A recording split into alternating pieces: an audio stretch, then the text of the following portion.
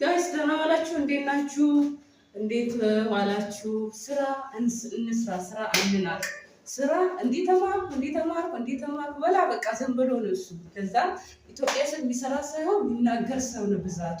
እኔ ይኸው የትምህርት የተመረኩት ብዙ አይነት አለ። በኤሌክትሪሲቲ፣ በሳኒተሪ፣ በማናጅሜንት፣ በአይቲ በሙሉ ተመርቄያለሁ። ያው ነው ግን ይኸው የሚያስከብረው ስራና ስራ ብቻ ነው። ይኸው አሁን ይኸው ስራ ሳንንቅ ሽንት ቤት አጠባለ ሽንት ቤት የመነቸከውን ብልጽግና ግቢ ላይ ያጸዳው ነው። ኦሮቶ መስመር የቆሸሸውን ኦሮቶ መስመር እናጸዳለን። የተለያየ የቆሸሹት የመነቸኩትን እናጸዳለን፣ እናጥባለን።